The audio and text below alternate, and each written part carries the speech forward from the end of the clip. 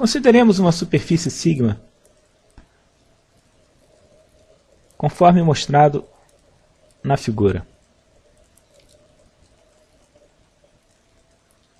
Dado um ponto P arbitrário nessa superfície, vamos assumir que as coordenadas desse ponto x, y, z são funções de parâmetros u e v.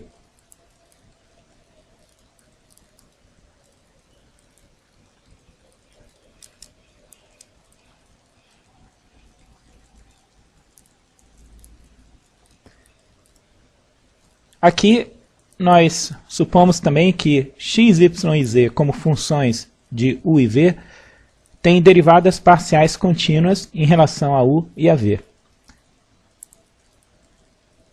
Os parâmetros u e v, só para fixar ideias, assumem valores numa certa região D de R2. Aqui, o que nós pretendemos fazer é definir o que seria o elemento infinitesimal de superfície.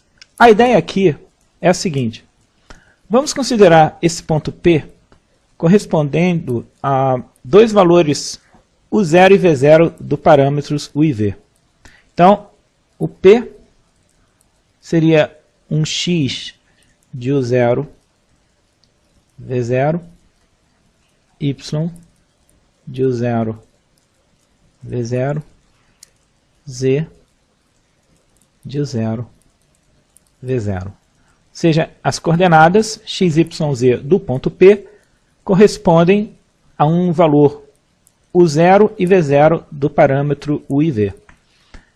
Vamos considerar, por esse ponto P, duas curvas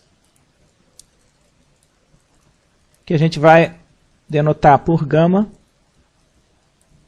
e gama tilde. Aqui, para o desenho não ficar muito carregado, a gente vai considerar esse ponto P aqui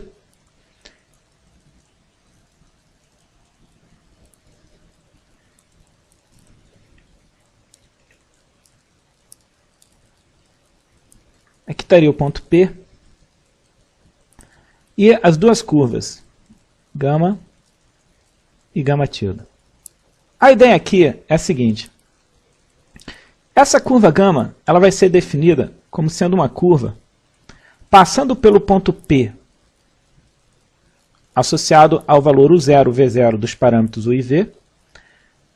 Só que, no caso da curva gama, a gente vai admitir que os pontos da curva gama são obtidos fazendo o U variar no entorno de U0. Então, por exemplo, essa curva gama aqui, vamos dizer que a função vetorial que descreve, vamos denotar com esse símbolo alfa, é uma função de U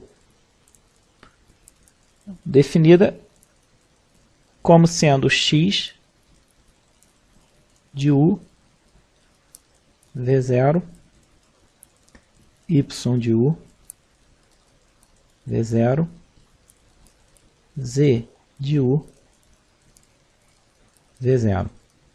E aqui a gente admite uma pequena variação do U em torno de U0, ou seja, vamos admitir um delta U0 fixo, e a gente então considera que esse U ele assume valores próximos de U0, no intervalo U0 menos delta U0, U0 mais delta U0. Então, essa curva gama, mostrada no desenho aqui, ela passa pelo ponto P e, se nós mantivermos o V fixo em V0, mas permitimos que o U varie em torno de U0, então a gente estaria produzindo essa curva gama, certo? Fazendo a variação do U nesse intervalo fechado, a gente estaria andando sobre essa curva aqui. Então, em particular, vamos considerar o vetor tangente a essa curva gama. Ou seja, a gente vai calcular aqui o d-alfa du, porque o alfa é uma função vetorial de U. E vamos calcular esse vetor tangente no ponto P. Então, a gente vai calcular d-alfa du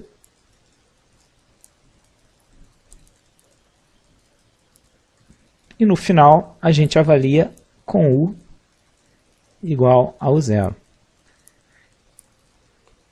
Então isso aqui seria o vetor tangente ao longo da curva gama. Só que nós estamos interessados na definição do elemento infinitesimal de área numa quantidade infinitesimal. Então, nós, na verdade, vamos considerar o infinitesimal de alfa, que vai ser tomado como sendo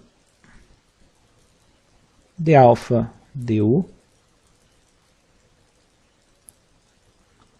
calculado para U igual a zero, vezes du. Esse du é o que dá o caráter infinitesimal desse elemento de alfa. Então, d alfa é a derivada de alfa, vetor em relação a U, vezes du. Então, esse d alfa, se a gente representar aqui, ele seria tangente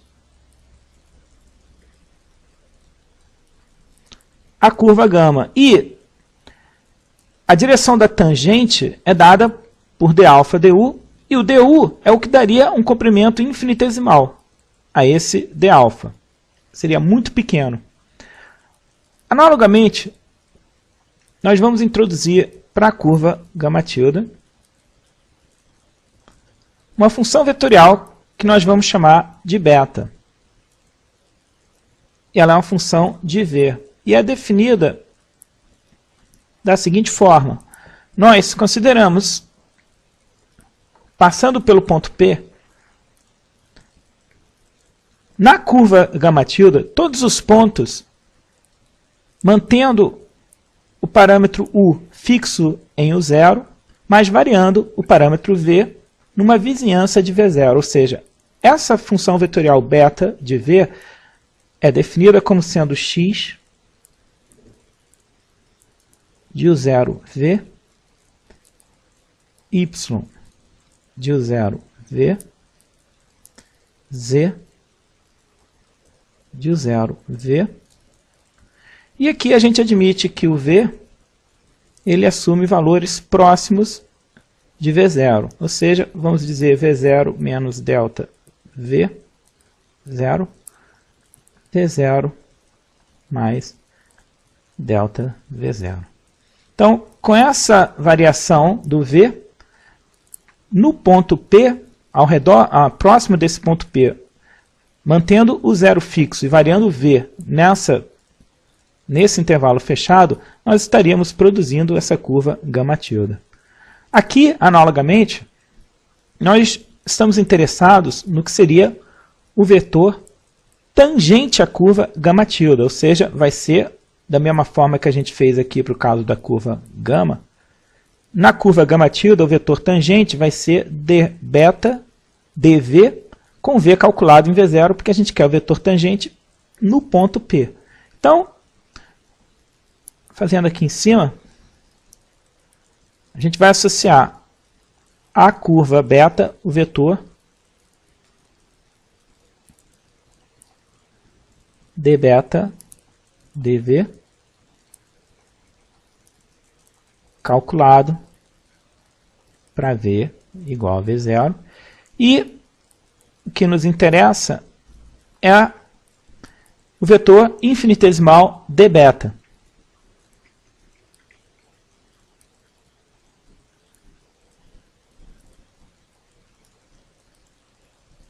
Que vai ser definido como sendo d beta dv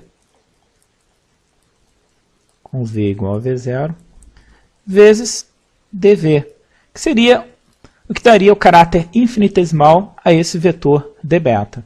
Então, d beta é um vetor infinitesimal tangente à curva gama tilde passando pelo ponto P. Então, vou fazer o desenho dele aqui, aproximado. Dizer que isso aqui seria o vetor d beta.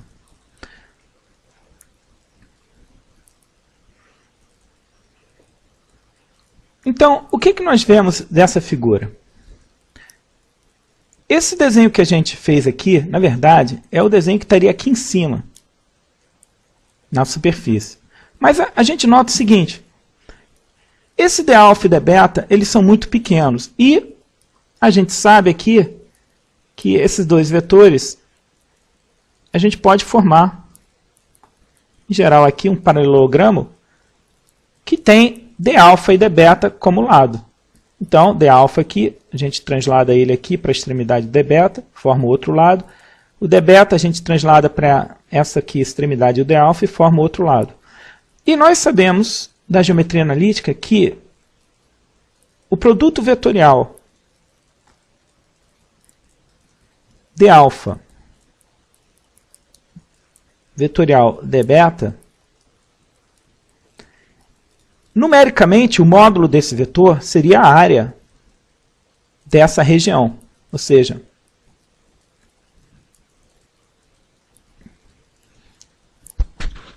aqui a área desse paralelogramo seria dado pelo módulo desse vetor d∝, vetorial, o vetor d∠. Agora, esse elemento de área que a gente quer definir o ds vetor. Isso aqui não é um vetor porque a gente pegou o módulo. Isso aqui serve para a gente definir o que a gente vai interpretar como sendo o elemento ds em módulo. Ou seja, o ds em módulo é o que é dado aqui. Ou seja, o elemento vetorial que nós queremos identificar vai ser definido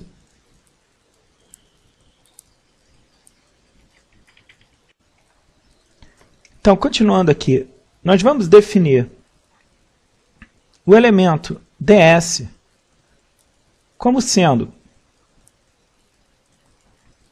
produto vetorial de d∝ por d∠.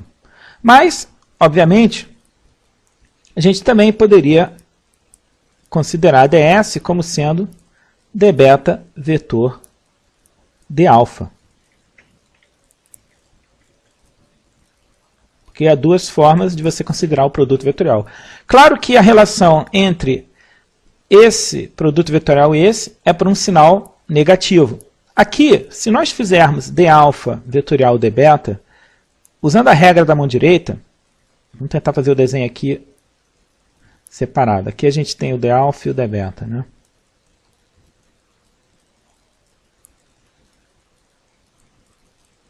Se você fizer d∝, d∠, usando a regra da mão direita, isso aqui, vamos tentar fazer um desenho aqui em perspectiva, a gente considera o plano formado por esses vetores. Colocando a sua mão direita sobre d∝ e fechando a sua mão na direção do d∠, então isso daria, a partir do seu polegar, a direção do produto vetorial d∝, d∠. Então, nesse caso, d∝, d∠ seria um vetor que estaria perpendicular a esse plano. Isso aqui seria a direção de d∝, vetor d∠. Esse vetor aqui, eu não o desenhei aqui na extremidade, na origem comum, porque um vetor você pode colocar em qualquer lugar. E aqui o desenho não ficaria preciso em termos de caracterizar a direção. Então, nesse caso, se você faz d∝, vetorial d∠, esse vetor estaria dirigido perpendicular a esse plano definido por d∝, d∠, e nessa direção. Já se você fizesse o produto vetorial d∠, d∝, a direção dele seria contrária a essa que está aqui, seria algo aqui.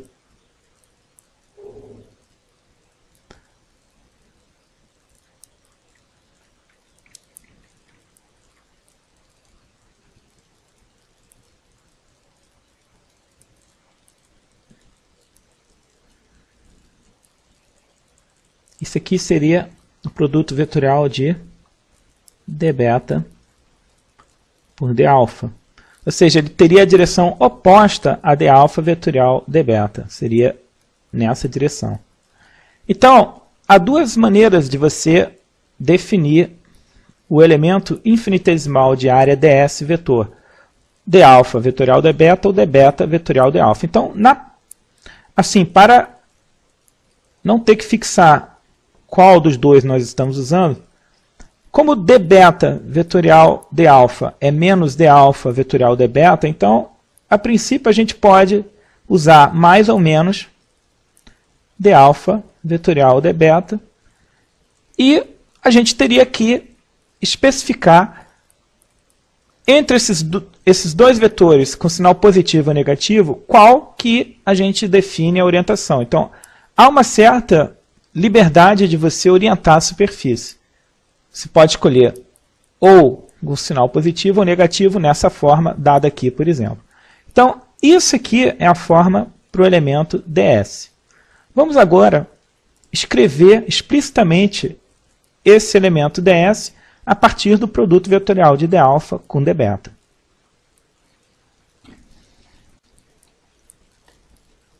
Então, aqui a gente está calculando o elemento ds. E esse elemento ds é o que a gente está calculando aqui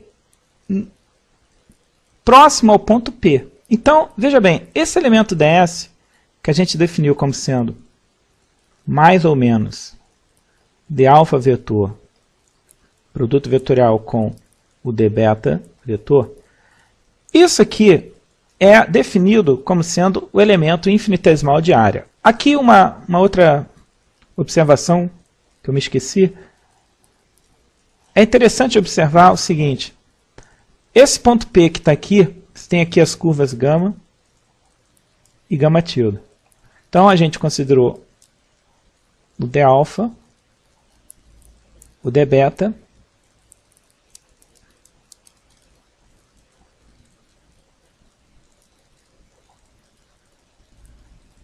e estamos considerando o produto vetorial, por exemplo, d alfa, d beta, e a gente sabe que isso aqui nos dá, a partir desses dois vetores, a gente tem um paralelogramo cuja área é o módulo de d alfa, d beta, produto vetorial aqui. Agora, nota o seguinte, se d alfa e d beta eles são quantidades muito pequenas, basicamente esse plano, esse paralelogramo, desculpa, que está aqui colado no ponto P, ele é muito pequeno, de modo que ele pode ser muito bem aproximado como se fosse o elemento ds que você iria desenhar na superfície. Então, por exemplo, aqui fazer um outro desenho só para ilustrar isso que eu estou falando.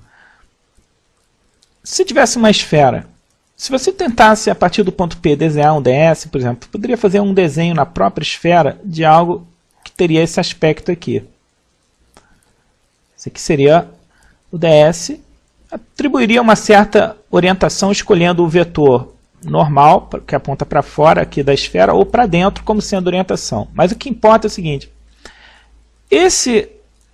essa figura que você desenha na própria superfície da esfera, ela pode ser muito bem aproximada por esse paralelogramo que você também poderia desenhar no plano tangente ao ponto P. Quer dizer, o plano tangente à esfera passando no ponto P. É nesse plano que estaria definido esses dois vetores d alfa e d beta e, consequentemente, o paralelogramo que tem d alfa e d beta por lado. Agora, se o d alfa e o d beta é muito pequeno, então esse plano ele pode ser visto quase como sendo colado à superfície. Então, é por isso que o elemento infinitesimal, ds, ele acaba sendo definido em termos desse produto vetorial, dessas quantidades infinitesimais, que são os vetores tangentes às curvas gama e gama tilde passando pelo ponto P. Então, a ideia é que esse produto vetorial, se o d alfa e o d beta são infinitesimais, ele é uma boa aproximação porque seria um pequeno elemento de superfície desenhado na própria superfície. Quer dizer, é uma ideia intuitiva que a gente usa para tentar chegar numa justificação plausível do porquê nós tomamos o elemento ds vetor como sendo esse produto vetorial que envolve esses dois vetores tangentes às curvas gama e gama tilde. Esse elemento ds vetor, então, é importante notar que ele, na verdade, é um elemento ds calculado para os valores u0, v0 do parâmetros, u e v. Porque esse d alfa e esse d beta na definição deles, eles são vetores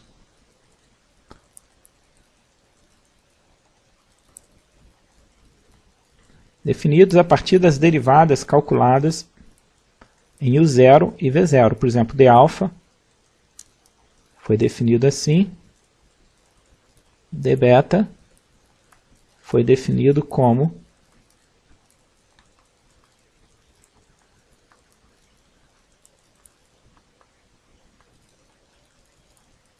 então, dα e dβ se referem à escolha do parâmetro UV em U0 e V0. Então, na verdade, o que a gente está chamando de ds aqui é um ds para os valores U e V tomados como 0 e V0. Mas lembremos que alfa, como função de U, era o x U V0, y U V0,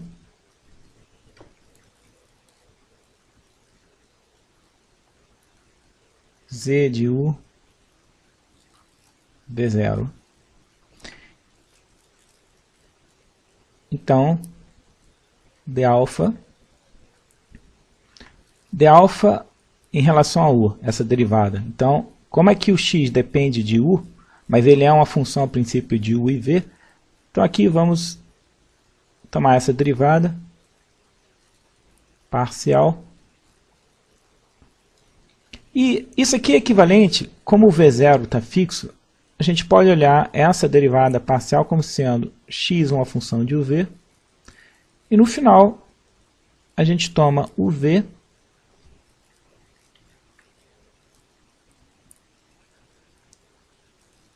igual ao 0 V0. Analogamente, também a gente faria derivada parcial de y em relação a u. Esse y também uma função de u V0. Podemos olhar y, função de uv, faz a derivada parcial em relação a u, e no final avalia uv em u0, v0, e finalmente a componente z, dz, du, como uma função de uv, também avaliada com os parâmetros uv fixados nos valores u0, v0. Então, isso aqui seria o dα. E aqui ficava faltando, o dα tem um du, né? Então aqui tem ainda um du. Ou seja, numa notação mais simplificada, a gente pode escrever o dα como dx du, dy du, dz du. Aqui a gente usa essa notação aqui com o v fixados nos valores u0, v0 vezes du. Então isso aqui seria a expressão para o vetor dα.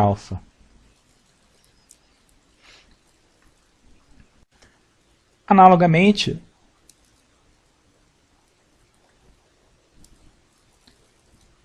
o beta, função de v, era um x de u0v, y u0v, z de u0v. Então, dβ, definido como sendo derivada de beta em relação a v, calculada para v igual a v0 vezes dv, isso nos dá a seguinte expressão.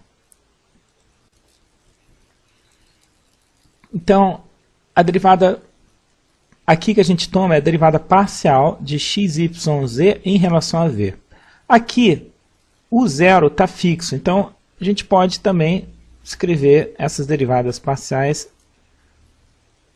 da seguinte forma.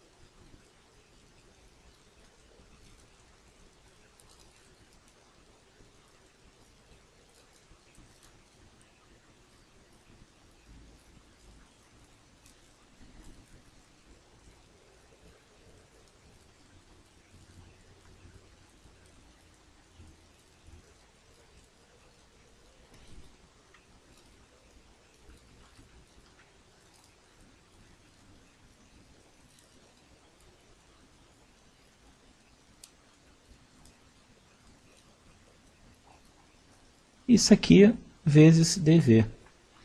Ou também, de uma forma mais compacta, dx dy, desculpa, corrigindo, dx dv, dy dv, dz dv, com o v fixado no valor u0, v0, isso aqui vezes dv. Então, a gente tem aqui as expressões para o dα e o dβ nesse ponto P da superfície. Esse ponto P determinado pelos valores u0 e v0 do parâmetros u e v. Então, agora vamos considerar esse produto vetorial aqui, usando as expressões de dα e dβ dadas aqui em cima.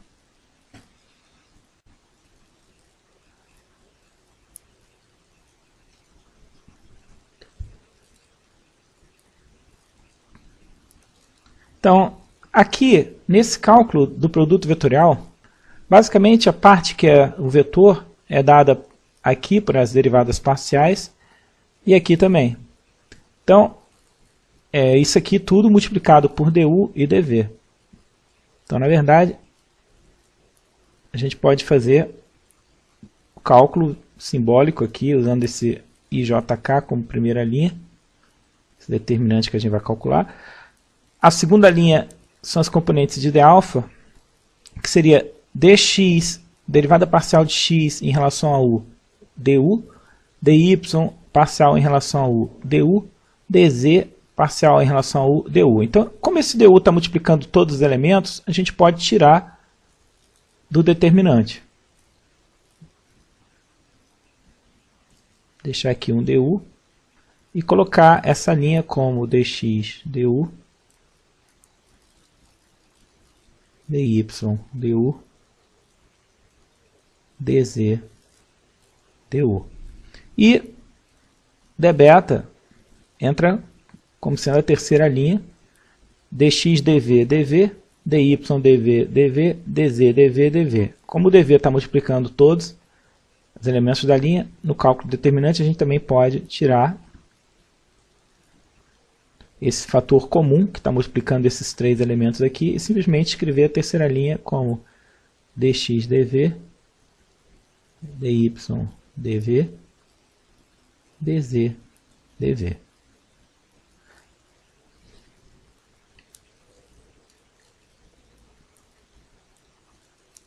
Então vamos calcular agora esse determinante aqui. Então, continuando aqui em cima,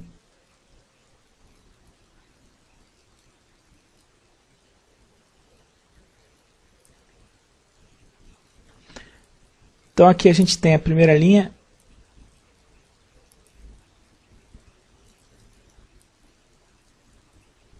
unitário I,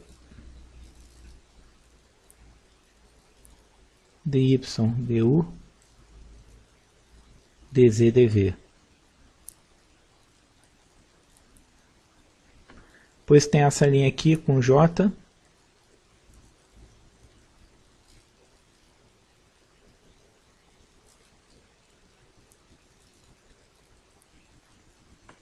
dz du, dx dv.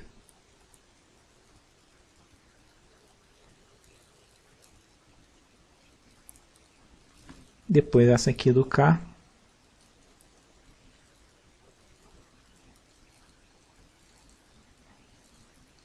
Dx du, dy dv.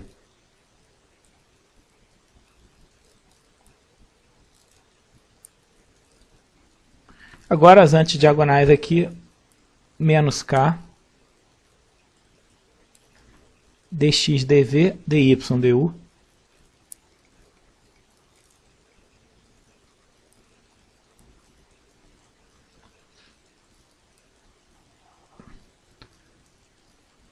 Menos dy dv, dz du, vezes unitário i.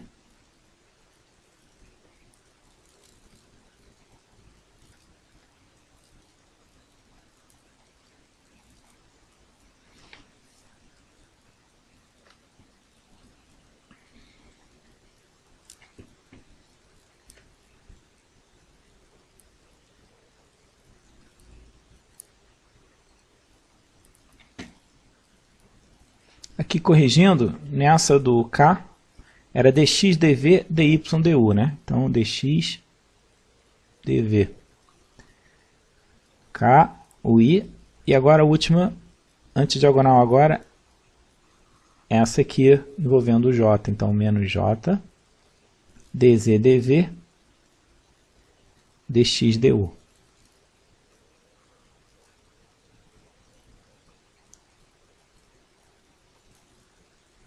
Então, agora reorganizando essa expressão, aqui tem o unitário i.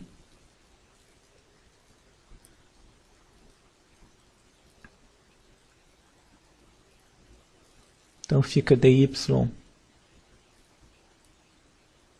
du, dz dv, menos dy dv, dz du, mais j dz du, dx dv, menos dz dv, dx du. E o último, aqui o último termo com vetor k,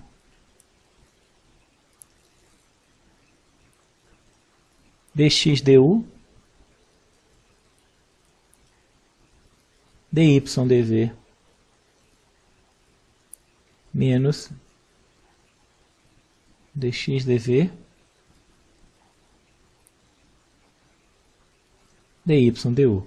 Tudo isso aqui, lembrando que está multiplicado por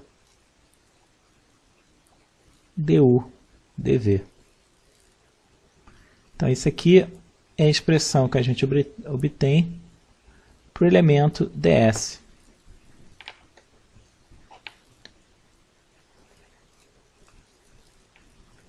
Quer dizer, ainda tem aqui, na verdade, né, o ds pode ser mais ou menos essa expressão. Então, corrigindo aqui,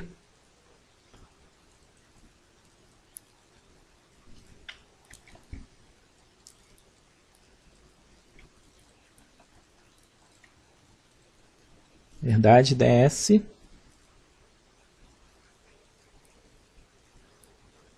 igual, pode ser mais ou menos esse produto vetorial. Então, mais ou menos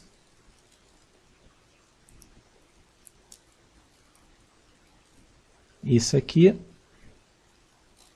Aqui faltou também o du dv, porque isso que a gente desenvolveu aqui foi só o determinante.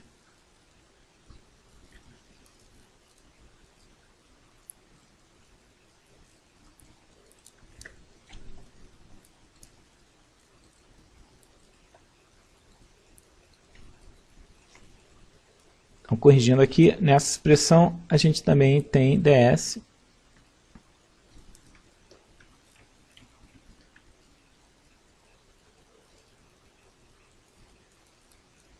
mais ou menos essa expressão que está aqui. Então, isso aqui é a expressão do ds.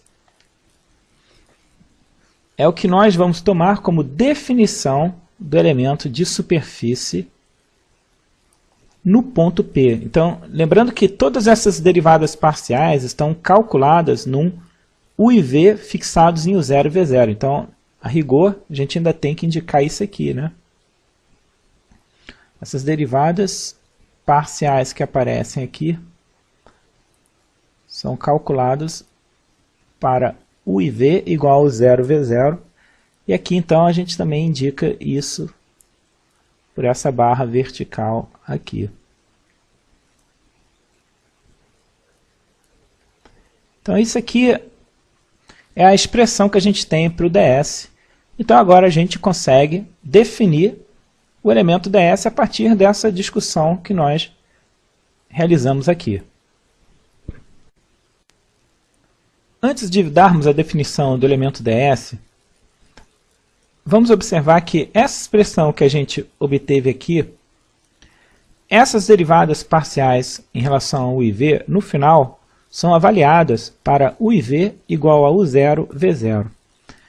Nós dissemos no início que esse ponto P arbitrário, ele era um ponto na superfície que correspondia a um certo valor do parâmetro u fixado em u0 e um valor do v fixado em v0. Mas o P aqui ele é arbitrário, porque não foi feita nenhuma imposição sobre o valor de U0, V0. Então, se a gente quiser olhar o ponto P como sendo um ponto genérico na superfície, a gente também pode simplesmente olhá-lo como sendo um P, onde o x, y, z, coordenadas desse ponto P, dependem de U, V. Ou seja, o 0, V0 era só para indicar que era um ponto fixo, mas arbitrário. Aqui, se a gente deixa o V em aberto, continua sendo um ponto arbitrário. Então, a expressão para o ds para um ponto P, cujas coordenadas são x de uv, y de uv, z de uv, é exatamente essa expressão, só que como agora o v não é necessariamente fixado em u0 e v0, a gente pode omitir essa prescrição que foi dada aqui. O 0 V0 é arbitrário, não vai mudar essa expressão se a gente considerar um U e V genérico. O que já está indicado pelo fato de o 0 V0 ser um ponto arbitrário. Então, a gente não precisa fazer essa especificação e deixa o IV em aberto. Então, consideremos ds num ponto P associado aos valores U e V dos parâmetros, tendo essa forma aqui. Essa expressão para o ds genérica. Então, vamos agora definir o elemento de superfície ds.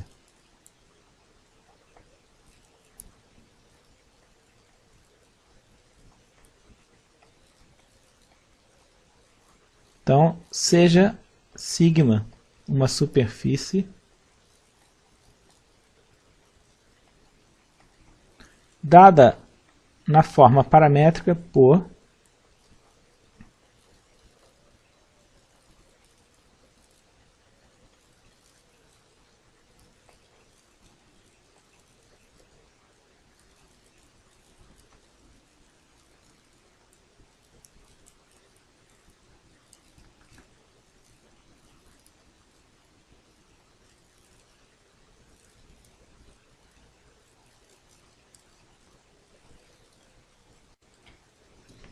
Então, definimos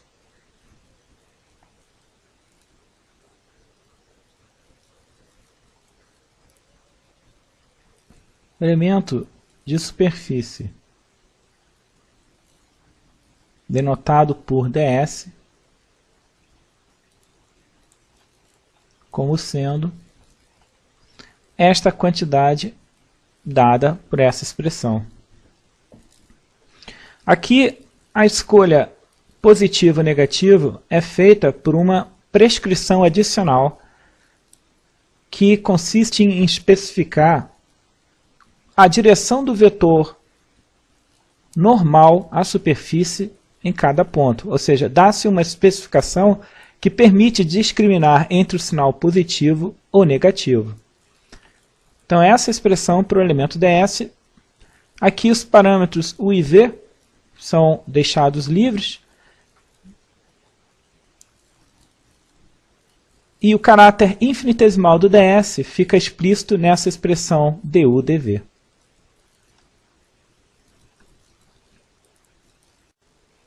Finalmente, notemos que eu havia mencionado que ds, o sinal mais ou menos,